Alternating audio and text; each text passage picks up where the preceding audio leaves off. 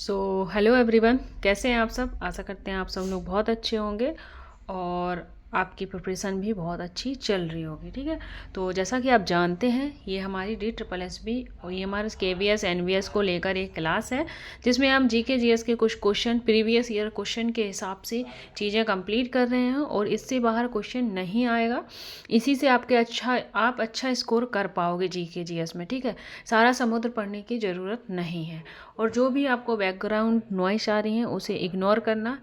ठीक है, तो निम्नलिखित में से कौन सा कथन सही है। भीमताल एक प्राकृतिक झील है, गोविंद सागर एक प्राकृतिक झील नहीं है। तो जो प्रीवियस ईयर क्वेश्चन है उन्हीं से तो देखो हम बड़े बड़े एग्जाम क्लियर करते हैं। कैसे कि हमें पता चल जाता है कि कौन सी चीज़ें पूछी जा रही हैं और कौन सी चीज़ें नहीं पूछी जा रही हैं। ठीक है, कभी कभी क्या होता है कि हम सारा पढ़ने बैठ जाते हैं क्योंकि हमें महान बनना है, बट हमें महान नहीं बनना, हमें एग्ज़ाम क्वालिफाई करना है। तो देखो झील से क्वेश्चन ये पहला है, बट अभी तक मैंने जितनी भी क्लासेस ली हैं उसमें आपने देखा होगा जो स्टेट के फेस्टिवल हैं, स्टेट के डांस हैं और स्टेट की क्या है, हाँ डांस है, फेस्टिवल है और संगीत हैं, गीत हैं, उनसे क्वेश्चन बने हैं। जितने भी मैंने अभी प्रीवियस ईयर दिए हुए हैं आपको क्वेश्चन सॉल्व करवाए हुए हैं। और कहाँ से क्वेश्चन बना है आपका पॉलिटी में फंडामेंटल राइट और DPSP और फंडामेंटल ड्यूटीज़ और इन्हीं से क्वेश्चन बना है। और राष्ट्रपति उपराष्ट्रपति इनसे क्वेश्चन बना है, प्रेसिडेंट एंड वाइस प्रेसिडेंट से। तो कुछ अच्छे चैप्टर हैं जिनसे ज़्यादा क्वेश्चन आ रहे हैं। तो आप लोग बिल्कुल भी वरी ना हो, मैं आपको सारी चीज़ें कंप्लीट कराने वाली हूँ। बस अपना फीडबैक देते रहें, कैसी क्लास लग रही है, अच्छी लग रही है क्या है, तो उस हिसाब से चीज़ें आपको और अच्छे से प्रोवाइड कराई जाएंगी। तो आपको अगर झीलों के बारे में पता होगा तो कृत्रिम झील और प्राकृतिक दो प्रकार की झीलें होती हैं। कितने प्रकार की झीलें होती हैं, तो एक आपकी कृत्रिम झील होती है। कौन सी होती है, कृत्रिम झील होती है। कृत्रिम झील किसे कहते हैं, क्या आप बता सकते हो।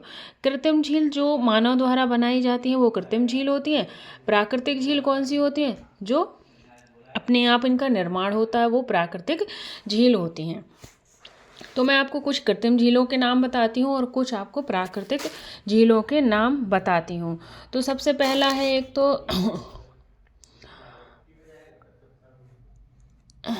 ओके, हाँ, तो कृत्रिम झील के नाम है आपका कौन सा, एक तो है आपका कौन सा,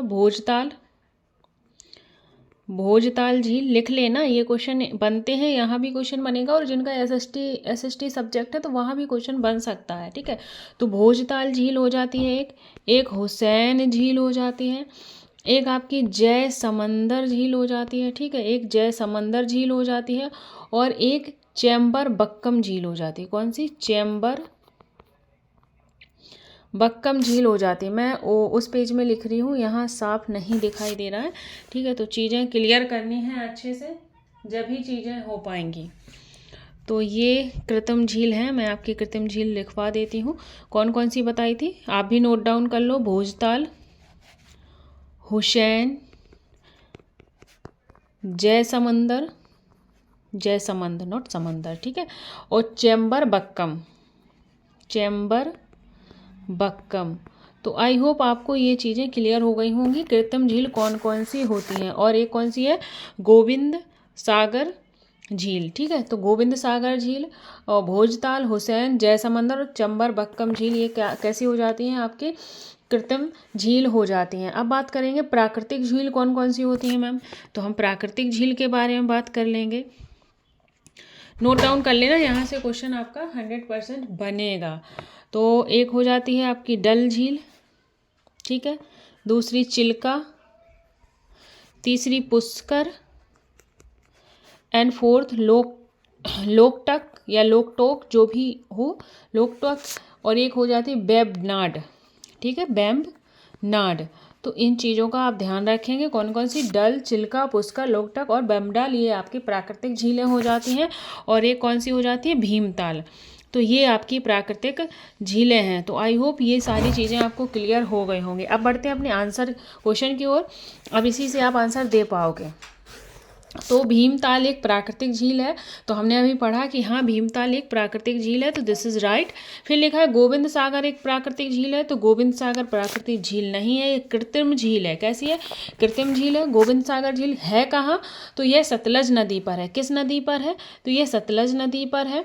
और किस जगह है? तो बिलासपुर हिमाचल प्रदेश। ठीक है, बिलासपुर हिमाचल प्रदेश में गोविंद सागर झील है। और जो ये गोविंद सागर है ना, ये भाखड़ नागल परियोजना नदी घाटी से संबंधित है। ठीक है, और गोविंद सागर झील का नाम किसके नाम पर पड़ा है? तो आपको पता है हमारे जो सिख गुरु थे, 10th सिख गुरु, कौन से नंबर के? 10th सिख गुरु गोविंद जी के नाम पर गोविंद सागर झील का नाम पड़ा है। तो सेकेंड इज नॉट करेक्ट। ठीक है, सेकेंड आपका करेक्ट नहीं है, क्योंकि गोविंद सागर क्या है? गोविंद सागर हमारा एक कैसी झील है? कृत्रिम झील है। तो आंसर इज हो जाएगा आपका केवल 1। तो आई होप ये क्वेश्चन आपको क्लियर हो गया होगा। हम बढ़ते हैं अपने नेक्स्ट क्वेश्चन की ओर। तो नेक्स्ट क्वेश्चन है कि भारत के संविधान में मौलिक अधिकार हैं। जो भारत का हमारा कॉन्स्टिट्यूशन है उसमें हमारे कितने मौलिक अधिकार यानी कि फंडामेंटल राइट्स दिए गए हैं? तो मैंने इसके बारे में आपको पहले पढ़ा रखा है, तो आई होप आप लोग आंसर दे पाएंगे। ठीक है, तो प्लीज़ गिव मी आंसर। 6, 11, 5, 8 क्या होगा? तो राइट आंसर इज 6। कितने होते हैं? 6। कौन कौन से होंगे? कमेंट बॉक्स में कमेंट करेंगे एक बार। तो सबसे पहले ये बताइए, जो फंडामेंटल राइट है वो कौन से पार्ट नंबर से हैं और किस आर्टिकल से कहाँ तक हैं? बताइए। तो जो हमारे फंडामेंटल राइट्स हैं वो पार्ट नंबर 3, ठीक है, और आर्टिकल हो जाता है 12 to 35। अब ये लिए कहाँ से गए हैं? फंडामेंटल राइट को बोरो कहाँ से किया गया है? तो हमने बोरो किया है कहाँ से? USA से। कहाँ से किया है? USA से किया है इसको बोरो। तो अब जो फंडामेंटल राइट्स हैं ये कौन कौन टाइप होते हैं ये मैं नेक्स्ट पेज में बताती हूँ आपको। ठीक है, तो नंबर एक में आ जाता है आपका समानता का अधिकार। नोट कर लेना, यहाँ से क्वेश्चन बनता है 100%। ठीक है, जितने भी क्वेश्चन है वेरी वेरी इंपॉर्टेंट क्वेश्चन लिए गए हैं जिनसे क्वेश्चन बनेगा। ठीक है, फिजूल की चीज़ें नहीं करवा रही हूँ। समानता का अधिकार, स्वतंत्रता का अधिकार, ठीक है, शोषण के विरुद्ध अधिकार। किसके विरुद्ध? शोषण के विरुद्ध अधिकार। और नंबर 4 हो जाता है सांस्कृतिक और शैक्षणिक अधिकार। कैसे? सांस्कृतिक और शैक्षणिक अधिकार। इसी को ही कहते हैं अल्पसंख्यकों का अधिकार। इसी को ही क्या कह देते हैं? अल्पसंख्यकों का अधिकार। ठीक है, और नंबर 5 आ जाता है संवैधानिक अधिकार। क्या आ जाता है? संवैधानिक अधिकार। ठीक है, ओ सॉरी आंसर इसका 6 नहीं होगा, बाय मिस्टेक हो गया। Answer is 4। 6 पहले थे। ठीक है, जिसमें से कौन सा हमारा फंडामेंटल राइट हटाया गया है? तो वो हमारा हटा है कौन सा? संपत्ति का अधिकार हटा के किसमें कर दिया गया? संपत्ति के अधिकार को हटाकर कौन से अमेंडमेंट के द्वारा हटाकर इसे विधि का अधिकार बनाया गया था। आंसर बताएंगे? बताइए। ओहो, दिमाग डिस्टर्ब हो रहा है। मैंने आंसर राइट ही लगाया था, 6 ही है। सॉरी, थोड़ा सा डिस्टर्ब हो गया था मैं, कोई बात नहीं। तो आंसर इज 6। क्या है? भारत के संविधान में कितने मौलिक अधिकार हैं? तो वो आपके हैं 6। ठीक है, और मैंने लिखवाए हैं, नंबरिंग सही की है। हाँ, नंबरिंग सही की है। कौन कौन से हैं? एक कोई मैं भूली हूँ जो मुझे लिखाना है। ओके, संपत्ति का अधिकार, स्वतंत्रता का अधिकार। अच्छा हाँ, 3rd नंबर पे आपका ये वाला आता है धार्मिक स्वतंत्रता का अधिकार। तो यहाँ पे 3rd नंबर पे आप धार्मिक स्वतंत्रता का अधिकार लिख लोगे। ठीक है, और 4 पे आएगा, 5th पे आएगा, 6 पे आएगा। जब ही मैं कह रही थी कन्फ्यूजन क्यों है। अब आप कहोगे कि मैम यहीं क्यों लिखा आपने धार्मिक स्वतंत्रता का अधिकार, और कहीं लिख देती? तो इसलिए लिखा है कि हम जो आर्टिकल है वो आप सीरीज वाइज कर सकेंगे। जो समानता का अधिकार है वो आपका आर्टिकल 14 से लेकर 18 तक है। कितने आर्टिकल? बड़ी दिक्कत होती है इसे लिखने में ना, क्लियर नहीं लिखता, जब भी गुस्सा आती है। आर्टिकल 14 to 18 हो जाता है आपका समानता का अधिकार। फिर बात करेंगे शोषण के विरोध अधिकार, स्वतंत्रता का अधिकार। तो स्वतंत्रता का अधिकार आपका आर्टिकल 90 to 22 हो जाता है। और शोषण के विरुद्ध अधिकार, तो शोषण के विरुद्ध अधिकार हो जाता है आपका 22 to 24, और धार्मिक स्वतंत्रता का अधिकार हो जाता है 25 से 28 तक, और जो सांस्कृतिक अधिकार है, शैक्षणिक अधिकार है या अल्पसंख्यकों का अधिकार है, ये सारे आपके आ जाते हैं 29 to 30 में।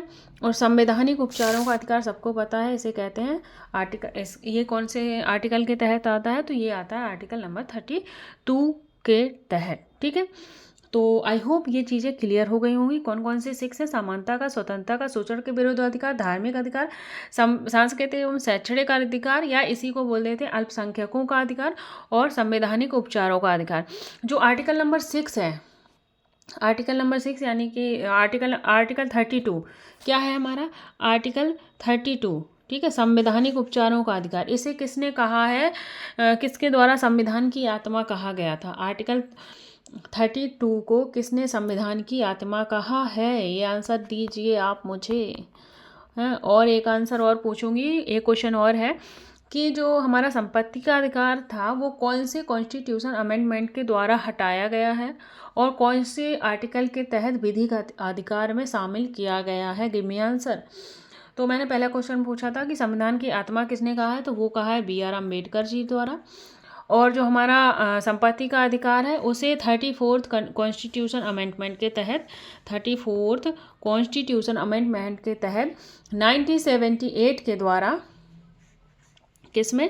1978 के द्वारा इसे किसमें डाल दिया गया है? तो इसे आर्टिकल 300A में विधिक 300A के तहत विधिक अधिकार में शामिल कर दिया गया है। ठीक है, क्वेश्चन बनेगा कि किस कॉन्स्टिट्यूशन अमेंडमेंट या संविधान संशोधन के द्वारा संपत्ति के अधिकारों को हटाकर विधिक अधिकार में डाला गया था, तो वो हो जाएगा आपका 44th अमेंडमेंट। और किस आर्टिकल के तहत डाल दिया? तो 300A के तहत। तो आई होप आपको ये चीज़ें क्लियर हो गई होंगी। इंपॉर्टेंट है, नोट्स बना लेना इसका। ठीक है, इनफैक्ट नोट्स तो आपको सारी चीज़ों के बनाने ही हैं, क्योंकि जो चीज़ें हैं वो रिलेवेंट हैं, कोई भी इररिलेवेंट चीज़ नहीं पढ़ाई जा रही है। हाँ, तो नेक्स्ट क्वेश्चन है, एकाधिकार प्रतियोगिता के संबंध में निम्नलिखित में से कौन सा कथन सही है? ये क्वेश्चन एकदम अपने माइंड सेट के ऊपर डिपेंड करता है। अगर हम थिंकिंग करें, थोड़ा दिमाग लगाएंगे, तो हम इसका आंसर बखूबी दे सकते हैं। तो एकाधिकार प्रतियोगिता के संबंध में निम्नलिखित में से कौन सा सही है? यहाँ बड़ी संख्या में कंपनियां हैं, कंपनियों द्वारा उत्पादित वस्तुएं समरूप नहीं होती हैं। जो एकाधिकार कंपनियां हैं, तो क्या होता है कि हमारे मार्केट में क्या है, बहुत सारी कंपनियां हैं, और हर कंपनियों के जो, जैसे आप आए, आपने क्या किया, बिस्किट बनाए, या आपने और चीज़ें बनाई, कुछ भी केक बनाया या चॉकलेट बनाई या कुछ भी बनाया, तो आप क्या करोगे, सेम प्रोडक्ट तो नहीं लाओगे। आप क्या करोगे कि थोड़ा सा चेंज उसमें करोगे, मनी वाइज चेंज करोगे, प्राइस वाइज चेंज करोगे, क्वांटिटी वाइज चेंज करोगे, जिससे कि हमारा भी प्रोडक्ट हमारे उपभोक्ता या हमारे कंज्यूमर खरीदें। तो क्या हो रहा है कि हम जो कंपनियां हैं, जो उत्पादित वस्तुएं हैं, वो समरूप नहीं है, तो बिल्कुल नहीं है। अगर सेम होंगी तो क्यों आएंगे ग्राहक हमारे पास लेने? तो ये आपका राइट हो जाता है। यहाँ बड़ी संख्या में कंपनियां होती हैं, बिल्कुल होती हैं। जब कंपनियां ज़्यादा नहीं होंगी तो हमारे अंदर कंपटीशन नहीं होगा। ठीक है, कंपटीशन तभी होता है ना जब हमारे साथ कोई कॉम्पिटिट कर रहा हो। तो यहाँ पे बड़ी संख्या में कंपनियां भी होती हैं। और इसके जो एकाधिकार प्रतियोगिता है, इसमें और भी चीज़ें होती हैं, जैसे बड़ी संख्या में कंपनियां शामिल होती हैं, ये भी ठीक है। और जो कंपनियां होती हैं उनकी वस्तुएं समान नहीं होती हैं। ठीक है, समरूप मतलब समान नहीं होती हैं। और क्या होता है कि जो हमारे कंपनियों का क्या होता है, निःशुल्क प्रवेश और निकास होता है। जो हमारी कंपनियां हैं उनसे कोई ये तो नहीं कहा जाता कि नहीं आप आओ तो मुझे ये शुल्क दो, जाओ तब मुझे शुल्क दो। ये निःशुल्क है। मान लो हमने कोई दुकान खोली या शॉप खोली, तो मैं खोल लूँगी, मेरी इच्छा है, नहीं चल रही है, मेरे पास टाइम नहीं है तो मैं बंद कर दूँगी। तो इसमें कोई ये नहीं है कि बिल्कुल हम बाउंड हैं उसके तहत। तो ये भी क्या है हमारे यहाँ की कंपनियों का निःशुल्क प्रवेश एवं निकास है। और उत्पादन सेम नहीं है। मूल्य का क्या होता है, जो मूल्य है यानी कि प्राइस है वो चेंज होता है हर किसी का। मान लो एक कंपनी पहले से ही मार्केट में है और बढ़िया सी चॉकलेट बना रही है, जैसे डेयरी मिल्क हो गई, ठीक है। अब दूसरी कंपनी आई, उसने 5 स्टार बनाई, ठीक है, क्या है 5 स्टार। तो पहले उसने क्या किया, उसमें प्राइस में भी तो कमी है ही और उसकी चीज़ में कमी है, क्वांटिटी में अलग है, प्राइस अलग है, हर चीज़ अलग है। तो इस तरह से चीज़ें क्या होती हैं हमारे मार्केट में उतारी जाती हैं। तो जो हम जैसे हम लोग हैं, हम कोई चीज़ लेने जाते हैं, या तो जो चीज़ हम खा रहे हैं वो हमें अच्छी लगना बंद हो जाए तब हम दूसरी चीज़ की ओर मूव करते हैं। या फिर किसी चीज़ में क्या होता है कि मैं आज डेयरी मिल्क खा रही हूँ, पर डेयरी मिल्क की ही तरह कोई हमें चॉकलेट मिलती है, बट वो मुझे कम प्राइस में मिल रही है। मुझे पता चला ये भाई डेयरी मिल्क 50 की आती है और ये वाली 20 रुपीज़ की आती है और ये इसमें अच्छा टेस्ट है, तो हम उस तरफ मूव कर जाएंगे। तो हमें जब अट्रैक्शन देती हैं नई नई कंपनियां, तो वो या तो प्राइस में कमी करेंगे या अपने टेस्ट में बहुत अच्छा सुधार लाएंगी। तो इस तरह की चीज़ें हमारे एकाधिकार प्रतियोगिता के संबंध में होती रहती हैं। तो इतना ये समझाने का पर्पस यही था कि अगर एकाधिकार कंपनी के तहत ये सारी चीज़ें अगर पूछ लेता है कि ग्राहक को कैसे अपनी ओर अट्रैक्ट करते हैं, क्या क्या चीज़ें होती हैं, पूरा ये मार्केट बेस्ड क्वेश्चन था। तो आई होप आपको ये चीज़ें समझ में आई होंगी। तो आंसर इज़ क्या हो जाएगा? Answer is 4। ठीक है, बोथ ए एंड बी। ठीक है, नेक्स्ट क्वेश्चन की ओर बढ़ेंगे। तो नेक्स्ट क्वेश्चन इज, जो 2026 में एशियाई खेलों की मेजबानी कौन सा देश करेगा? जो हमारे एशियाई खेल हैं वो 2026 में है और इसकी मेजबानी कौन करने वाला है? तो मेजबानी आपकी जापान कर रहा है। कौन कर रहा है? 1 सेकेंड, कौन कर रहा है? जापान कर रहा है। ठीक है, और जापान पहले भी एशियाई खेलों की मेजबानी कर चुका है। कब कर चुका है? तो 2 बार पहले कर चुका है। तो एक बार पहले तो किया था उसने 1958 में और एक किया था 1994 में। ठीक है, जो 1958 वाला था वो 3rd एशियाई खेल था और जो 1994 का था वो 12th नंबर का था। ये कहाँ हुआ था? हिरोशिमा। ठीक है, जापान के हिरोशिमा में हुआ था। ठीक है, अच्छा, हिरोशिमा और नागासाकी कांड सुना था? उसकी डेट बताएंगे आप मुझे कमेंट बॉक्स में। और 1958 का कब हुआ था? टोक्यो में हुआ था। तो ये चीज़ याद रखेंगे, क्या पता पूछ ले कि जापान के जो एशियाई खेल हुए थे 1958 के, वो किस शहर में हुए थे? टोक्यो में हुए थे। ये कहाँ हुए थे? हिरोशिमा में हुए थे। और जो 26 वाला है वो जापान में तो है, पर जापान के किस शहर में है बताएंगे? तो जापान के आइची नागोया में है। कहाँ पे है? आइची नगोया में है। याद रखना, कहाँ पे? आइची नगोया में है। तो आई होप ये भी चीज़ें आपको क्लियर हो रही होंगी। ठीक है, अच्छा ये बताइए कि जो एशियाई खेल हैं वो कितने ईयर में कराए जाते हैं? क्या पर ईयर होते हैं या फिर कुछ ईयर छोड़ के? तो जो एशियाई हमारे खेल हैं वो 4 ईयर में कराए जाते हैं, 4 ईयर बाद। ठीक है, इस चीज़ का ध्यान रखेंगे। और क्या है? और ये है कि न्यू दिल्ली भारत में पहले खेलों से जो 1978 तक था वो एशियाई खेल महासंघ संचालन करती थी। 1978 तक कौन संचालन कर रहा था एशियाई खेलों का? तो वो एशियाई खेल महासंघ संचालन कर रही थी। इस चीज़ का ध्यान रखेंगे। और भारत जो हमारा इंडिया है, इसने भी 2 बार मेजबानी की है एशियाई खेलों की। कब कब की है? तो एक तो की है 1951 में, एक की है आपकी 1982 में। इस चीज़ का आप ध्यान रखेंगे। ठीक है, और कुछ? बस यही है इससे रिलेटेड। और जो एशियाई खेल है वो सबसे बड़ा खेल है। और एशियाई खेलों के बाद, ध्यान रखना, एशियाई खेल हमारा सबसे बड़ा खेल है, बट एशियाई खेल के बाद जो दूसरा सबसे बड़ा ओलंपिक होता है या खेल होता है वो होता है IOC, यानी कि इंटरनेशनल ओलंपिक कमेटी। ठीक है, इस चीज़ का ध्यान रखेंगे। सॉरी, एशियाई खेल जो है वो दूसरा ओलंपिक सबसे बड़ा ओलंपिक खेल है। जो एशियाई खेल है वो सबसे बड़ा दूसरा खेल है। और इसे कौन कमेटी मान्यता प्राप्त करती है? तो वो IOC मान्यता प्राप्त करती है, यानी कि इंटरनेशनल ओलंपिक कमेटी द्वारा मान्यता प्राप्त है। तो आई होप ये भी चीज़ें आपको क्लियर हो गई होंगी। ठीक है, तो एशिया खेल कैसा है? हमारा सबसे बड़ा दूसरा गेम है और इसे कौन मान्यता देता है? तो इंटरनेशनल ओलंपिक कमेटी द्वारा ये मान्यता प्राप्त है। ठीक है, भारत के पर्पस में ज़रूर याद रख लेना कि 1951 में और 1982 में इसने न्यू दिल्ली में हुए थे। कहाँ पर? न्यू दिल्ली में। इस चीज़ का भी ध्यान रखना। एशियाई गेम कहाँ पे मेजबानी की थी? न्यू दिल्ली में। ठीक है, नेक्स्ट क्वेश्चन ये है कि फरवरी 2021 में निम्नलिखित में किस राज्य ने राज्यों को भिखारी मुक्त बनाने के लिए अभियान शुरू किया था? दीजिए आंसर। राजस्थान, उत्तर प्रदेश, बिहार, महाराष्ट्र, कौन होगा? तो आंसर इज राजस्थान। क्या है? Answer is Rajasthan. कब? तो ये किया गया था फरवरी 2021 में, यानी कि 2021 में। और किसके द्वारा किया गया था? तो RSLDC के द्वारा। किसने किया था? RSLDC के द्वारा ये कार्य किया गया था। ठीक है, क्या भिखारी मुक्त बनाने का अभियान शुरू किया गया था। इसका जो फुल फॉर्म है वो हो जाता है जयपुर भिखारियों का फुल फॉर्म नहीं याद करना है इसका। ठीक है, तो फरवरी 2021 में जो भिखारी मुक्त राज्य था वो राजस्थान ने पहल स्टार्ट की थी। किसके द्वारा? तो RSLDC के द्वारा की थी। और क्या है?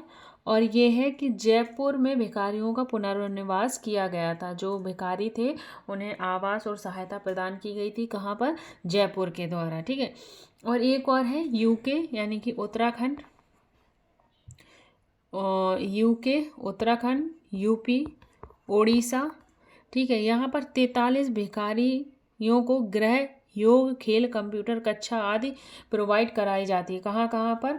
तो जो UK है, यानी कि उत्तराखंड है, UP है, उड़ीसा है, यहाँ पे 43 भिखारियों को, जो भिखारी हैं हमारे, भिखारी नहीं बोलना चाहिए पर क्वेश्चन में दिया गया तो मैं बोल रही हूँ, गृह में इन्हें क्या किया गया है? इनके लिए क्या की गई है व्यवस्था? इन्हें घर की व्यवस्था की गई है। योगा क्लासेस, खेल, कंप्यूटर क्लासेस आदि प्रोवाइड कराई गई हैं।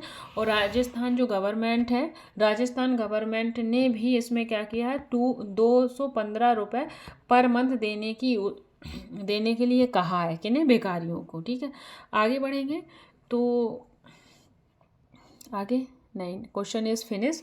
तो आई होप आपको ये सारी चीज़ें क्लियर हो गई होंगी। 1 मिनट और भी है, जैसे कि आप ये बताइए, जो भिखारियों का जो मुक्ति का काम चल रहा है, भिखारी मुक्ति राज्य, ठीक है, तो और कहाँ ऐसी योजना स्टार्ट की गई थी? और भी कहीं की गई हो? ऐसा तो है नहीं कि ओनली राजस्थान में ही स्टार्ट की गई हो। तो वो हो जाती है आपको कहाँ? एक बात करेंगे हम बिहार के बारे में। किसके बारे में बात करेंगे? बिहार सरकार। ठीक है, बिहार सरकार। तो भिक्षावृत्ति निवारण योजना, इसने क्या स्टार्ट की थी? बिहार सरकार ने स्टार्ट किया था भिक्षावृत्ति निवारण योजना। ठीक है, ध्यान रखना, बिहार भिक्षावृत्ति निवारण योजना। ठीक है, और और वाराणसी ने भी स्टार्ट किया था। वाराणसी ने कब किया था बताएंगे? अगर पूछ ले कि भिक्षावृत्ति निवारण योजना किस राज्य द्वारा स्टार्ट की गई है, तो वो बिहार हो जाएगी। और वाराणसी में भिखारी निगम योजना लागू की गई थी। क्या की गई थी? भिखारी निगम योजना लागू की गई थी। इस चीज़ का ध्यान रखेंगे।